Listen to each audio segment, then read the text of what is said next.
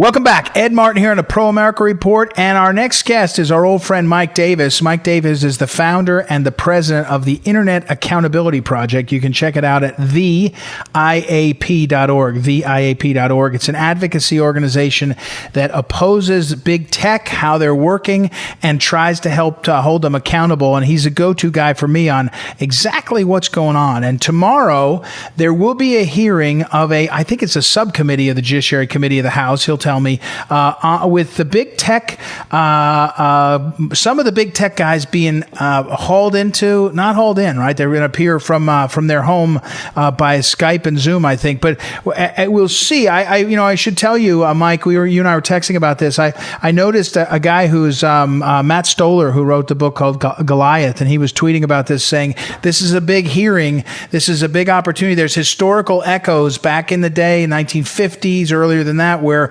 companies that were dominating markets, monopolizing, changing lives were held accountable. He was very optimistic. So first of all, welcome back, Mike Davis, and walk us through what's this hearing tomorrow, who's going to be involved, what can we look for?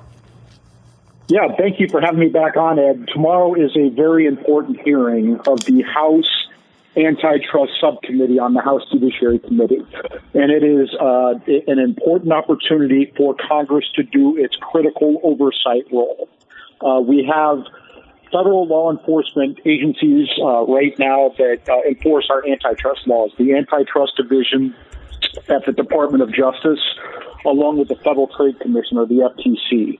And we've had antitrust laws on the books for nearly a century. And essentially, as conservatives, we believe that we believe in free markets, and a free market requires a functioning market.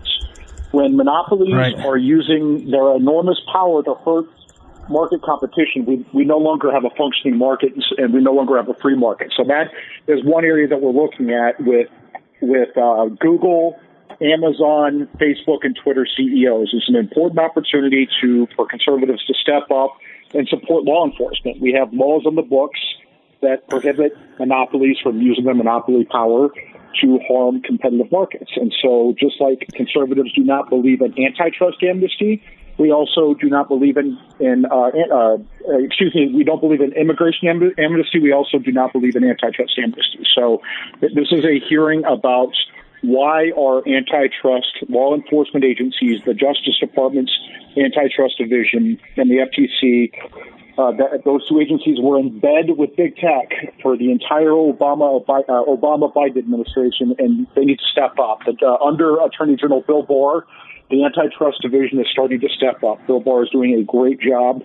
The FTC is captured by big tech, and they need to get uncaptured, and Congress needs to help them get uncaptured.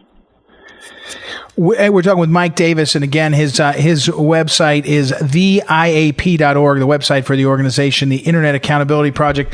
Mike, who's going to be there tomorrow? So who are the players on the subcommittee, both parties? Because I think there's a few Democrats that are paying attention to this issue. So who are the players on this subcommittee of the U.S. House's Judiciary Committee? And then who's going to be present? And I think they're all virtual, but are they going to be, walk us through the participants tomorrow.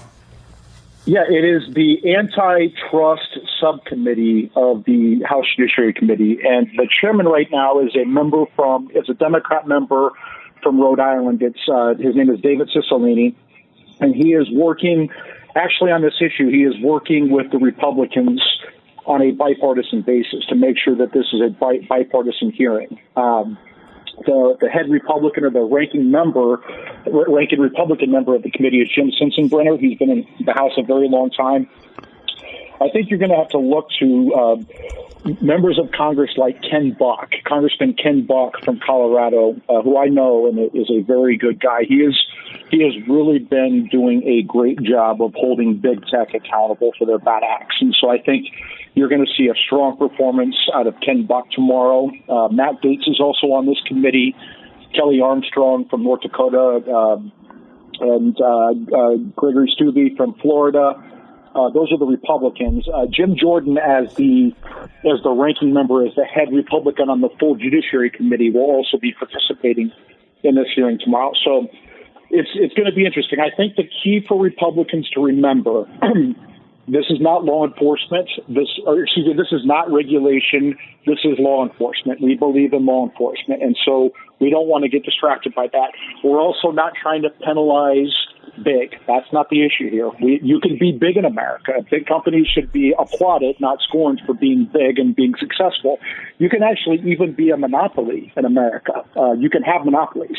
The issue is when monopolies use their market power to hurt market competition, and that's when it hurts consumers. That's when it hurts small businesses, and that's the problem. For example, with big tech, Google has gotten so big, Facebook has gotten so big, Amazon has gotten so big that it kills small businesses. It kills startups. It makes it harder for people to compete. And then they turn around and use that enormous power that they've accumulated, and they use that power against conservatives. I mean, we see it just today. They're censoring the president's son, Don Jr., a leading surrogate for the president's reelection campaign.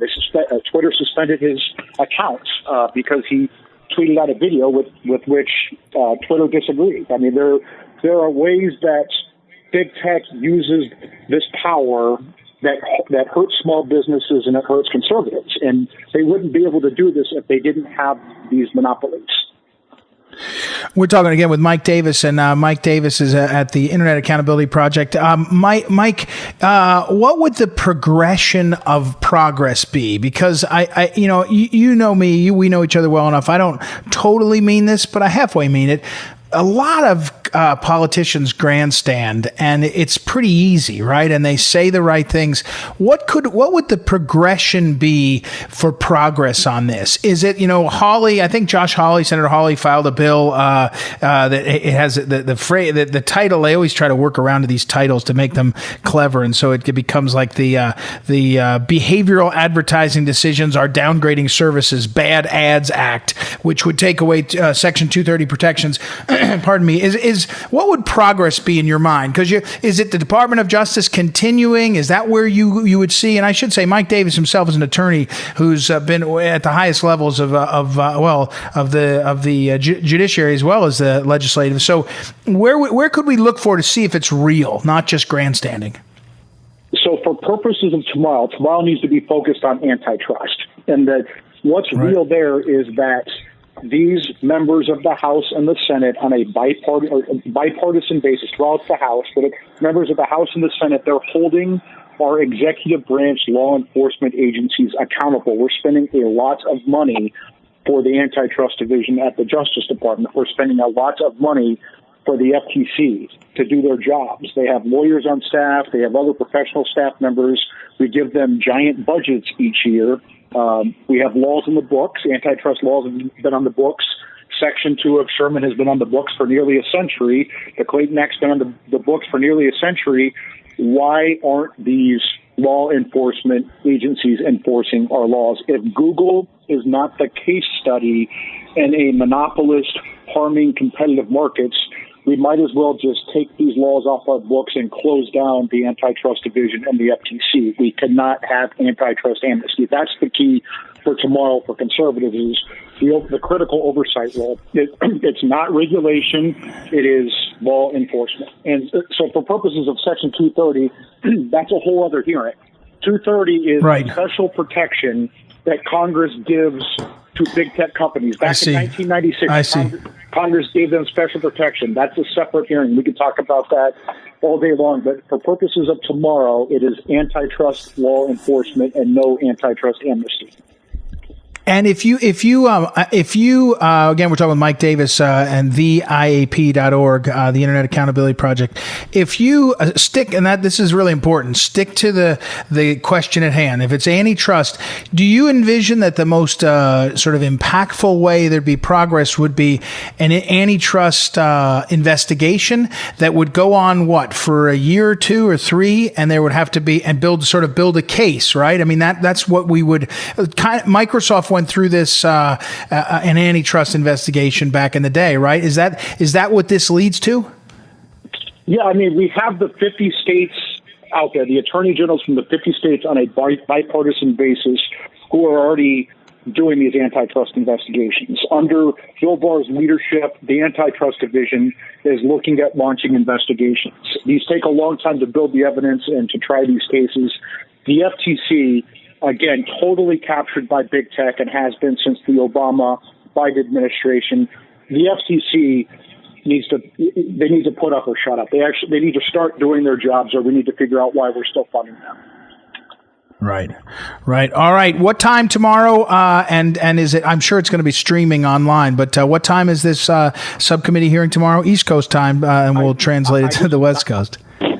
No, they had to move this because of the funeral. So I believe it's at noon tomorrow, and they're going to be streaming it online. Okay, great. We'll put it up on social media. Mike Davis, the head of the Internet Accountability Project, theiap.org. Lots of information there. Thanks, Mike. Appreciate it very much. Keep us informed. We'll talk again soon. Thank you, Ed. All right, we'll take a quick break and be right back. It's Ed Martin here on the Pro America Report. Be back in a moment.